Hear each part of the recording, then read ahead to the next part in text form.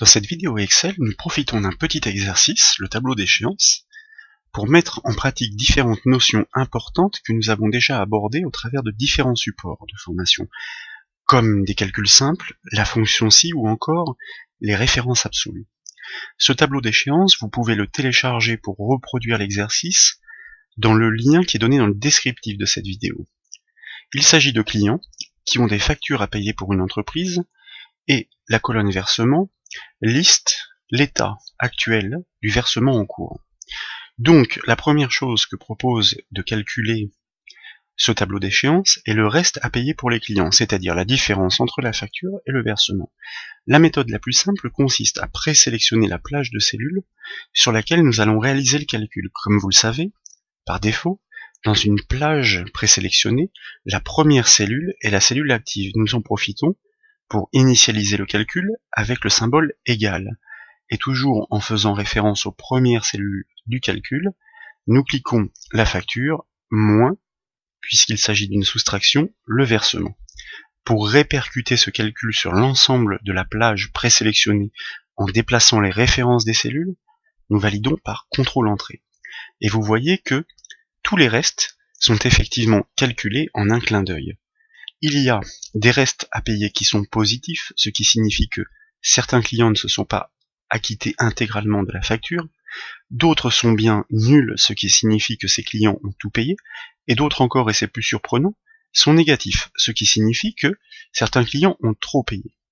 Ce que nous proposons, avant de passer à la suite, est de mettre en valeur les résultats de la colonne reste de façon à faire ressortir les mauvais payeurs et les trop bons payeurs, ce qui permet une interprétation rapide des résultats de calcul d'un tableau pour pouvoir engager des actions. Nous souhaitons faire ressortir en rouge les mauvais payeurs et en vert les bons payeurs. Nous présélectionnons la plage et nous allons mettre en place une mise en forme, un format qui est dynamique, c'est-à-dire qui va s'adapter en fonction de la valeur dynamique de la cellule. Sur le ruban accueil, nous cliquons sur le bouton mise en forme conditionnelle et nous allons directement ajouter une nouvelle règle. Cette nouvelle règle est un calcul puisqu'elle consiste à dire que si la valeur du reste est positive, eh bien la cellule doit apparaître en rouge. Donc nous allons utiliser le dernier type qui est proposé ici, utiliser une formule pour déterminer pour quelle cellule le format sera appliqué. Et nous allons lui indiquer que si cette cellule est positive, donc nous cliquons d'abord dans la zone de formule, cette cellule ensuite, et vous voyez que par défaut Excel l'encadre de $. Souvenez-vous, une formation laborde, ça signifie que cette cellule est figée, c'est ce que l'on appelle les références absolues. En l'occurrence, ce format dynamique doit se répercuter en décalant les références de la cellule sur toute la plage. Donc, elle ne doit pas être figée puisque chaque cellule doit être comparée à 0. Est-ce que le reste à payer est positif? S'il est positif, cela signifie que le client est un mauvais payeur. Nous le mettons en rouge pour bien le faire ressortir avec le bouton Format. Lorsque vous cliquez sur le bouton Format, une nouvelle boîte de dialogue apparaît dans laquelle vous pouvez régler la couleur, un rouge par exemple comme celui-ci, et mettre en gras pour bien le faire ressortir. Le résultat est le suivant. Lorsque vous validez cette mise en forme conditionnelle, vous remarquez que d'un clin d'œil, vous pouvez isoler très simplement tous les mauvais payeurs. Il faut aussi faire ressortir ceux qui ont trop payé, car il faut les rembourser. Donc, nous resélectionnons la plage de cellules, et nous allons constater que nous pouvons cumuler des règles de mise en forme conditionnelle en repassant par le bouton mise en forme conditionnelle, nouvelle règle. Le principe est exactement le même. Utiliser une formule, nous cliquons dans la zone de formule et nous recommençons comme tout à l'heure. Si cette cellule que nous défigeons entre guillemets pour qu'elle ne soit pas une référence absolue, cette fois-ci est inférieure à 0, ça signifie que le client a trop payé, nous lui devons de l'argent, nous allons le faire ressortir en vert pour pouvoir l'isoler rapidement. Nous choisissons une couleur comme celle-ci et nous le mettons là encore en gras. Nous validons tous ces réglages et vous remarquez que, encore une fois, d'un clin d'œil, vous avez une interprétation extrêmement pertinente des résultats donnés par les premiers calculs du tableau.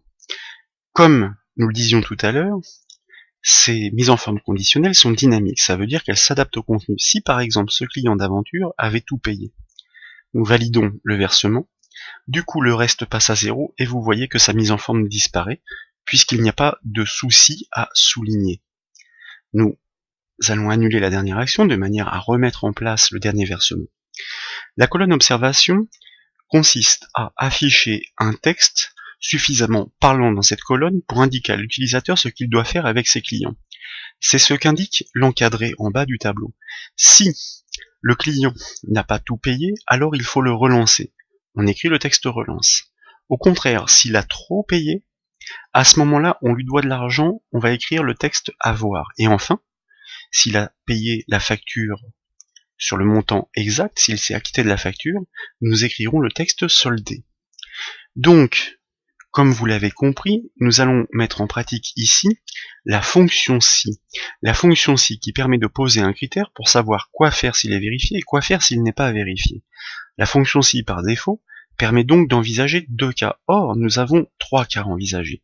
Ce qui signifie que nous allons devoir imbriquer une fonction si dans la première pour pouvoir augmenter le nombre de critères et donc d'actions à enclencher. Concrètement, cela se passe comme ceci.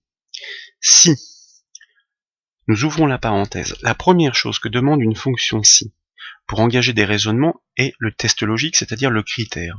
Si le reste à payer est positif. Si le reste à payer est positif, nous le savons, c'est un mauvais payeur. À ce moment-là, nous devons écrire dans la cellule le texte relance. Comme il s'agit d'un texte, nous le saisissons entre guillemets. Sinon, si nous nous arrêtons là et que nous écrivons un texte dans la cellule, nous ne pouvons pas envisager les 3 cas. Sinon, si. Donc, nous imbriquons une deuxième fonction si dans la première. Sinon, si. Et nous repartons sur le critère. Sinon, si, la cellule du reste est négative. Alors vous voyez que, comme ici, le texte est centré dans la cellule, du coup, je ne peux pas sélectionner la cellule F6. Alors je pourrais le faire avec le pavé directionnel ou encore, il me suffit de la taper directement au clavier. Sinon, si elle est négative, inférieure à 0, nous l'avons vu dans ce cas, ça signifie que le client a trop payé. Nous lui devons de l'argent, donc nous écrivons le texte avoir. Sinon, le dernier sinon qui est ici, n'implique pas que nous devons ajouter une énième fonction si, une troisième fonction si en l'occurrence ici. Pourquoi? Parce que si nous en arrivons à ce point, cela signifie que ni le premier critère supérieur à 0 n'est vérifié, ni le deuxième critère inférieur à 0 n'est vérifié. Si le reste n'est ni positif ni négatif, il est forcément nul. Donc, cela signifie que le client s'est acquitté de sa facture. Auquel cas, nous écrivons dans la cellule, toujours entre guillemets, le texte soldé.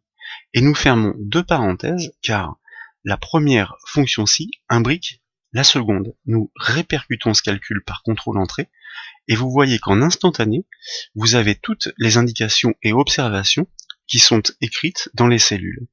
Effectivement, lorsque le reste est positif, nous avons bien le texte relance, lorsqu'il est nul, soldé, et lorsqu'il est négatif, avoir, car nous devons de l'argent. De la même façon, nous proposons de mettre une mise en forme dynamique sur cette plage de cellules pour bien faire ressortir les indications. Cette fois-ci, ce n'est pas un test sur des valeurs numériques, mais sur du texte. On utilise néanmoins une formule. Si cette cellule pour laquelle nous enlevons les références absolues est égale strictement entre guillemets au texte relance, à ce moment-là, nous le mettons en rouge. Vous voyez la différence par rapport à une valeur numérique. C'est une égalité sur un texte, le texte entre guillemets. Nous validons, ça fonctionne très bien, et nous en profitons pour cumuler le deuxième critère pour la mise en forme conditionnelle. Si cette cellule pour laquelle nous enlevons les références absolues est égale au texte avoir cette fois-ci, ça veut dire que le client a trop payé, et donc nous le faisons ressortir en vert gras, comme ceci, et nous validons. Encore une fois, il s'agit de mise en forme conditionnelle, donc dynamique. Si vous modifiez les données du problème, que ce client d'un seul coup a correctement payé sa facture, forcément, le reste passe à 0, perd sa mise en forme rouge, l'observation passe à solder, perd sa mise en forme rouge.